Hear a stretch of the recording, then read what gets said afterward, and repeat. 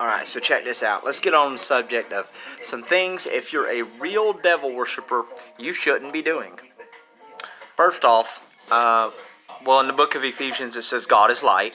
So if you've got your headlights on and you're driving at night, that means God is leading the way for you to get home safely or to your destination. That means you can't get nowhere at night without God leading the way. Isn't that interesting?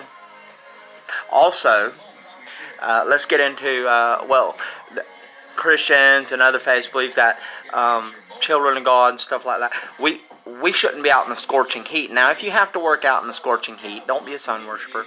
Put some sunblock on, you know. I understand having to make out money and take care of your family, I do. But if you're a devil worshiper, you are supposed to be out in the scorching heat. No sunblock. Burn it. Otherwise, you're not a real devil worshiper. Even when you put your car in reverse and that reverse light cuts on, guess who's taking care of making sure you back up safely?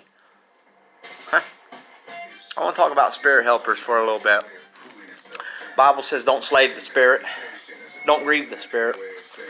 I'm guilty of grieving a little bit because I'm an unmarried man, and, well, I don't want to talk about what unmarried men do sometimes.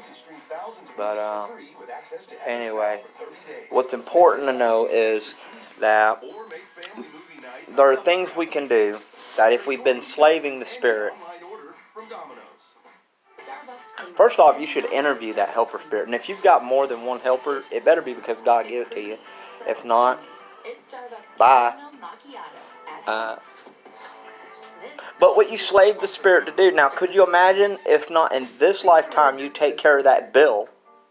It's different because your next life, everything you slave them to do, you're going to eat that. You're going to eat that. Okay, lift the, there you go. Look, Christian ministers, we got to watch a private show where we watch God pour thoroughly His Spirit out on the world. Every single minister in this country has done that. Now I'm going to go ahead and touch on another factor. Okay?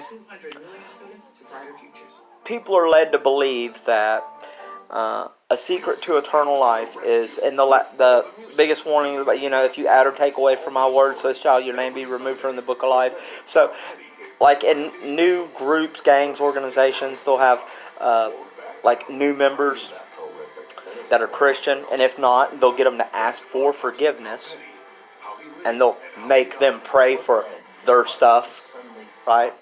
And then they'll ask or get them to try to be a minister or something, and then they'll give them a Bible. They'll tell them to tear a page out, keep that Bible, and never read from that page. And they make that seem like that's the key to eternal life. Now back to your spirit helper. Some things I like to do. I interview mine. It is in fact the Spirit of Christ. It is. And if you're going to interview, ask for some juicy stuff too. We're talking love, life, and all. I could tell you some personal facts about Jesus that aren't, you should ask him about dogs. You should ask him about pickles. Stuff like that. These are some interesting things. But I'm going to go ahead and snitch him out. He likes disco. He likes disco. He does. And that one song, I Will Survive, you're going to hear some voices, they're going to scare the out of you, Bing. They're going to scare the piss out of you, if you're lucky. But let me tell you what. If you get them spirits rejoicing,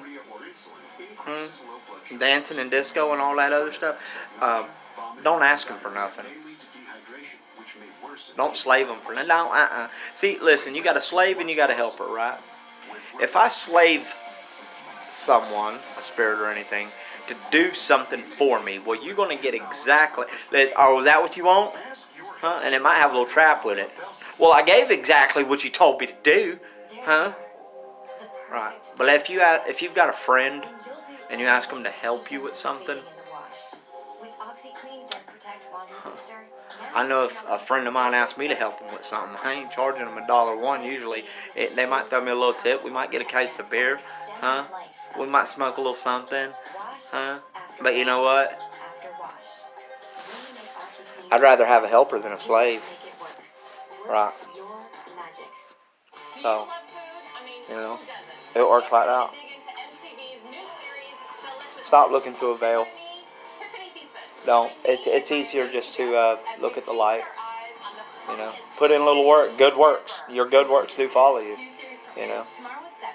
Later on, we're going to talk about things like time, space, and continuum, understanding of Beelzebub, the real understanding behind all that.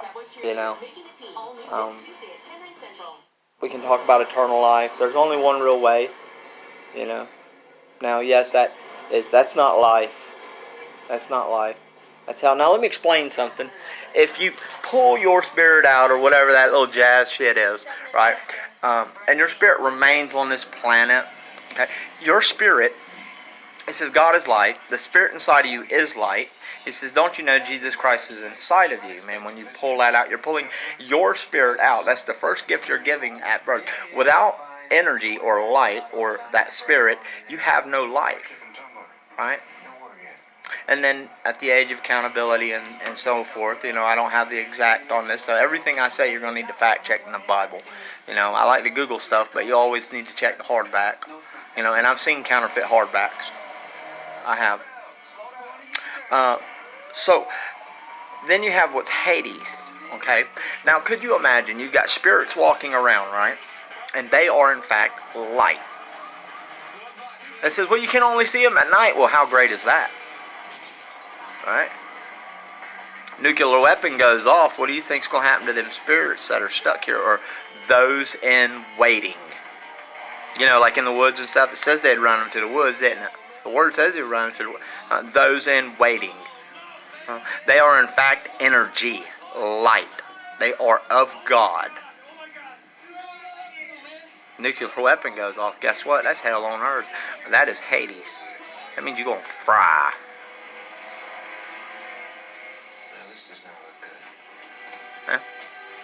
Alright, so just getting you caught up.